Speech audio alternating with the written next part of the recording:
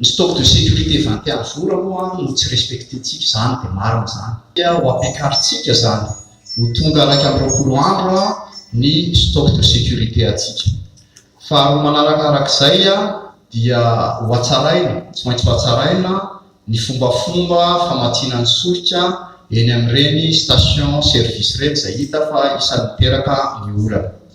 Manarak'izany dia tokony hatsaraina ihany koa satria isan'ny ny aggravean'ilay situation ny fitaterana solika avy any Toamasina makatỳ Antananarivo. Misy moa amin'ny fanatsarana lavitra fitsezaka ny fanaovana investissement mba hanalebiazana ny capacité de stockage solika eto Madagasikara.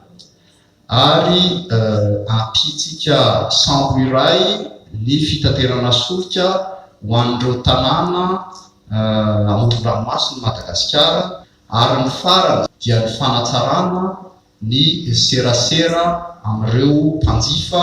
Misy zany lesoka manokana teo amin'ny fitahirizana sy ny fitaterana ny solika any LPSA dia nandray fepetra zahay nametraka sazy ho an'ny LPSA noho izany lesoka izany.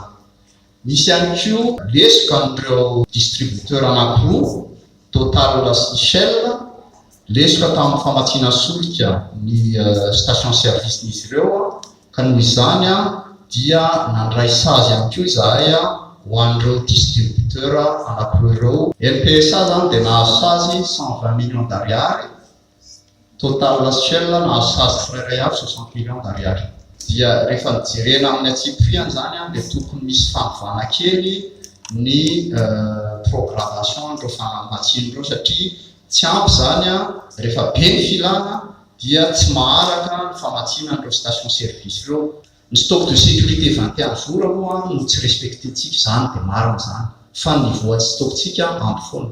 Nisy sambo zao tamin'izao tonga zany izay mitondra lasantsy sy gasoil be dia be ho atsika. Miakatra be zany stocktsika. Afaka miverifie-tsika any amin'ny OMH hoe firy ny stocktsika teto Madagasikara nandritry ny herinandro iny.